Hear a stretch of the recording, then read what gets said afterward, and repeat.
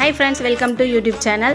இன்றைக்கி நம்ம எதை பற்றி பார்க்க போகிறோம்னா தைப்பூச விரத முறை, அதாவது ஒரு நாள் விரதம் எப்படி இருக்கிறதுன்னு தான் பார்க்க போகிறோங்க. தைப்பூசம் வருகின்ற 1/2/2026 ஞாயிற்றுக்கிழமை தாங்க வருது.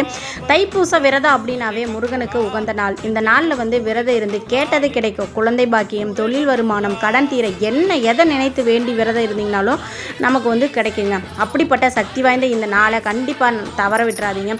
தை மாதத்தில் வரக்கூடிய பௌர்ணமி திதியும் பூச நட்சத்திரமும் இணைந்து வர நாளை தான் நம்ம தைப்பூசமாக கொண்டாடுறாங்க.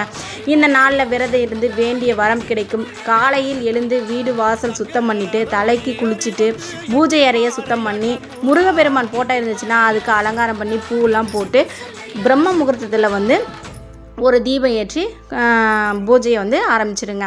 அதுக்கப்புறம் கோயில்களுக்கெல்லாம் சென்று வரலாங்க. குழந்தை பக்கம் வேணும் அப்படின்னு நினச்சிங்கன்னா மௌன விரதம் இருந்து வழிபட்டால் மிகவுமே நன்றுங்க. அன்று முழுவதும் விரதம் இருந்து படையலுக்கு ரெடி பண்ணி முருகனுக்கு படையலிட்டு வழிபட்ட பிறகு அன்னதானம் கொடுக்கலாங்க. அன்னதானம் கொடுக்கும்போது பார்த்திங்கன்னா முருகப்பெருமானை நேரில் அருள் புரிந்ததற்கு அர்த்தங்க.